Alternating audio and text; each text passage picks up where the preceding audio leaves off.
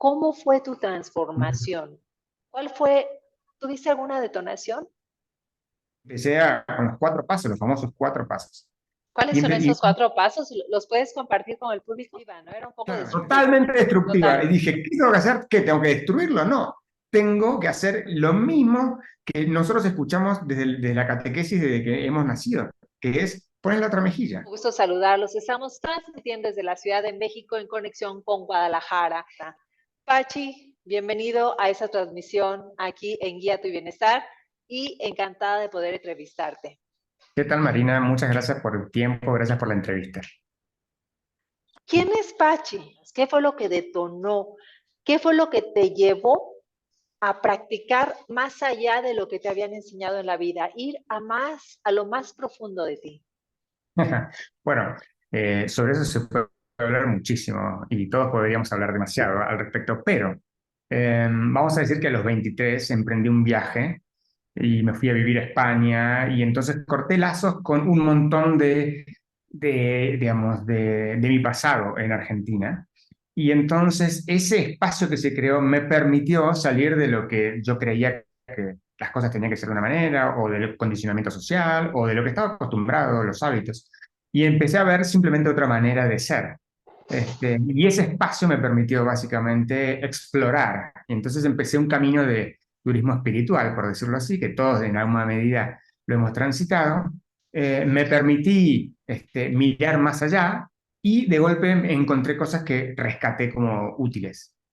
¿Te costó mucho trabajo transformar tu conciencia de todo aquello que tú ya venías aprendiendo a lo largo de tu vida y que lo practicabas y que a lo mejor esto era lo que mismo te generaba algunos bloqueos o conflictos personales? ¿Te costó trabajo entrar a una nueva conciencia, transformar tu conciencia? Y si te costó trabajo, ¿qué fue a lo que más te enfrentaste contigo? Sí, sí me costó trabajo y dudo que haya alguien que no le cueste trabajo.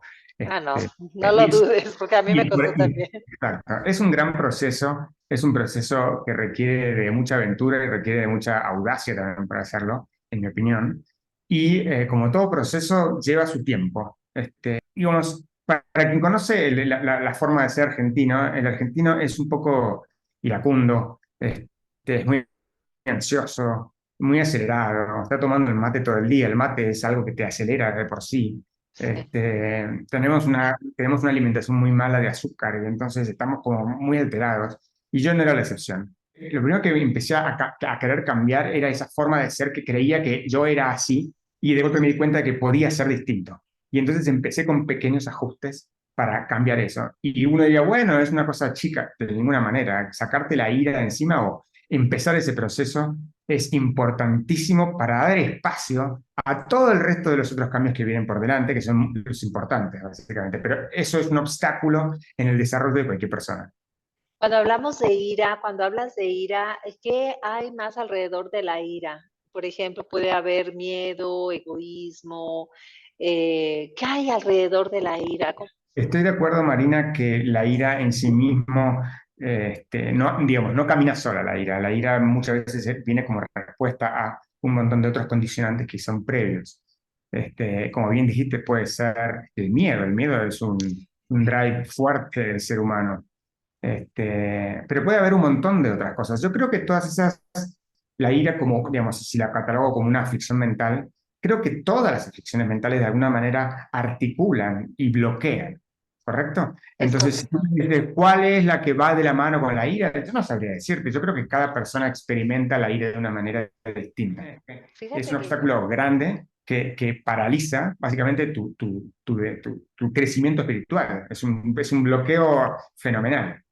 Y yo creo que muchas de las personas que nos están escuchando van a estar de acuerdo que parte de la ira también va de la mano, parte de la ira, sino gran parte de la ira, con este egoísmo que los seres humanos a veces no queremos verlo de frente y lo disfrazamos Ujú. de ira, de enojo, de rencor, de miedo. Y cuando nos damos cuenta que atrás de esa ira hay una gran debilidad, Ujú. que nos cuesta trabajo vencer y convertirlo en una fortaleza llamada virtud, llamada talento, llamado don. Y es ahí cuando nos damos cuenta el gran trabajo que tenemos que hacer. ¿Qué Ujú. será, Pachi? ¿Por qué al ser humano le cuesta tanto trabajo romper con esos patrones de conducta? ¿Será que se siente más seguro con ellos? ¿Será que así cree que es la vida? Con esos patrones de conductas que lo van limitando y que lo van dañando a pesar de los resultados que va teniendo a lo largo de su vida. Le cuesta trabajo soltarlos, así como decir, esto no me sirve, carajo. O sea, este odio, este rencor, este mal recuerdo, no me sirve. ¿Por qué lo sigo cargando? Y hay personas que se van a la tumba con este tipo de sentimientos. Yo no sé, no creo que sea tanto una falta de voluntad, sino un aferramiento a un egoísmo intrínseco que todos tenemos. Pareciera que todos venimos en esta realidad en la que vivimos, pareciera que todos consideramos que para conseguir lo que uno quiere tiene que ir y agarrarlo. Y nuestros padres muchas veces machacan sobre esa idea. Vete, y yo me acuerdo que, no sé, de chico jugaba al rugby y yo llegaba a la cancha y me quedaba esperando mi turno, pero mi padre me empujaba como, ve, tú, dile que tú quieres jugar al rugby porque nos... Y es como que parecía que para ir y conseguir lo que uno quiere tiene que ignorar lo que hay al lado e ir directo y conseguirlo. Yo creo que hay mucha programación y como bien dijiste al principio, yo creo que tenemos unos patrones que justamente por eso se llaman patrones. No son cosas al azar, sino que son cosas que se repiten y que se van fijando en la forma de ser de cada uno. Y si eso además lo viene llevando desde muy chico, y si además eso es lo que ve en su familia, y si eso además es lo que ve en su entorno social, si uno ve que todo su entorno está pateando para su propio lado o llevando agua a su propio molino, es entendible que uno diga, bueno, ahora es mi turno, ahora quiero yo también llevar para agua para mi molino, pero hay algo que es fundamental en todo esto, que es para mí la ignorancia. Yo creo que el ser humano está de alguna manera, lo identifico como el pecado original. Para mí el pecado original tiene que ver con esa incapacidad de darnos cuenta de que las cosas vienen, que la realidad en la que vivimos viene, está diseñada de otra manera. Nosotros deseamos algo y entonces nos arrebatamos para conseguirla porque creemos que esa es la causa para conseguir eso. Y vamos a entender una cosa, no está nada mal desear algo. Uno quiere salud, uno quiere abundancia financiera, uno quiere poder Ah, montarse su carro y hacer un viaje. O sea, no hay nada malo en eso. El asunto es cómo uno percibe la manera en conseguir esas cosas. Quiero llegar rápido a un lugar y considero que tengo que ir más rápido que todo el mundo, esquivarlos a todos y da igual si ellos chocan en el camino, yo tengo que llegar porque yo, ¿entiendes? Entonces, para mí es la ignorancia la raíz básica de todas las aflicciones mentales, pero por sobre todo la del egoísmo, la de considerar que si yo quiero conseguir algo, tengo que salir al cruce de eso, tengo que salir en busca de ese destino y lo tengo que conseguir. Y todo lo demás es un fracaso, ¿no? cuando, Y sí, y cuando hablamos de ignorancia, me gustaría que las personas que nos están escuchando pudieran profundizar más a lo que realmente te refieres con esta palabra, ignorar las capacidades verdaderas que tenemos, ignorar que hay más allá de lo que nos han enseñado. Exactamente a qué te refieres con la ignorancia. para mí la ignorancia y esto también es un patrón, es no darnos cuenta de que si queremos algo, primero tenemos que darlo. O sea, nosotros de alguna manera somos los camarógrafos de nuestra propia vida. Este, Más allá de si Dios lo ve o si el vecino está mirando, uno está mirando todo lo que hace. Y entonces, una manera digamos, de cambiar los patrones o de impregnar la conciencia, como bien tú dices, a mi entender, es regalarle eso mismo a la conciencia. Entonces, si yo quiero que haya más de algo, yo tengo que primero generarlo o sea, en el cuadro, vamos a decir, como ya que estamos en Zoom, en el cuadro yo tengo que pintar eso de alguna manera, tengo que mostrarlo no para afuera, sino que casi que me lo tengo que mostrar a mí. Entonces, nosotros no hacemos eso, nosotros queremos ir por un atajo. Básicamente lo que hacemos es nos manejamos todo el tiempo en el atajo de ir y tratar de conseguirlo a como dé lugar, en lugar de entender de que las cosas se consiguen en la medida en que nosotros primero lo ofrezcamos a alguien más, ¿se entiende? A nuestro mundo alrededor, a la realidad que tenemos alrededor. Entonces, yo creo que si vos me preguntas cuál es la ignorancia es esa, es no darnos cuenta de que todo aquello que queremos en principio, de primera mano lo que tenemos que hacer es darlo para afuera, crearlo, co-crearlo de alguna manera, ¿correcto? En un mundo donde la gente desde pequeños nos enseñaron a que tú primero tienes que sacar las mejores calificaciones, Claro. siéntate bien porque eres una niña que bonita o un niño que tiene que ser el campeón, el campeón. Sí es un poco como difícil para muchas personas, para la gran mayoría de la humanidad, transformar la conciencia con la que se nos enseñó a una conciencia que, a pesar de que viene esta enseñanza de hace 2500 años, es Ujú. difícil de grabarla, es difícil de comprenderla, es difícil de procesarla. ¿Cómo fue tu transformación? ¿En qué momento dijiste, ya, suelto y empiezo de nuevo una historia en la cual considero que voy a vencer esta ignorancia, voy a vencer estos patrones? ¿Cuál fue? ¿Tuviste alguna detonación? Sí, yo creo que, y esto es algo que nos debe pasar a muchos, es el continuo fracaso, el motor, digamos, del cambio y de la apertura a otra conciencia, a otra forma de pensar. Yo, como bien te dije al principio, arranqué mi juventud, me fui a España y después deambulé por ahí. Terminé en República Dominicana y yo estaba tratando de hacer un desarrollo ecológico inmobiliario enfrente de una playa virgen en la mitad de la nada. Todavía casi no había llegado el ser humano, habían solamente 50 casas, todos locales. Y mi intención era hacerlo bien. Digo, bueno, yo quiero hacer algo sostenible en el tiempo, quiero hacer el bien y además que sea perdurable, no que dure un par de años y después se vaya. Y eso mismo lo volcaba a la agricultura, lo quería, digamos, influir en las relaciones humanas de ese lugar. Y la verdad es que aún intentándolo todo, todo volvía a caerse, todo volvía a romperse, un fracaso atrás de otro, más los fracasos míos propios, digamos, no lograba tener una continuidad digamos, en mi tranquilidad financiera. Y a nivel pareja, vos podés vivir en el paraíso, Marina, pero muchas veces necesitas sentirte acompañada, necesitas acompañar a alguien, sentirte acompañada, compartir eso que te está pasando. Y yo estaba en un lugar que era literalmente un paraíso y no tenía con quién compartirlo porque no llegaban ni los turistas de ahí. Entonces, Okay. se me hizo muy cuesta arriba. Y un buen día, una amiga mía me mandó un libro y me dijo, tú y yo hemos compartido turismo espiritual y alguna vez me has compartido algo que te ha servido, ahora me toca a mí mostrarte algo que a mí me parece que tiene valor. Y entonces me llegó un libro que se llamaba El tallador de diamantes y empecé a leerlo. Sonaba muy bonito, realmente todo lo que decía tenía mucho sentido, yo resonaba con eso. Aún así me llevó 3 años tomar la decisión de tomarme un avión, llegar a México y encontrarme con la persona que lo enseña, que es Michael Roach. Entonces durante 3 años lo leí nomás y escuché, a la noche me encerraba a escuchar los audios y decía, todo esto resuena conmigo.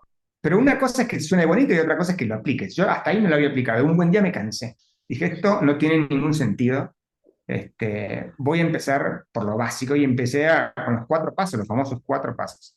¿Cuáles Y, son y esos 4 pasos? ¿Los puedes compartir con el público?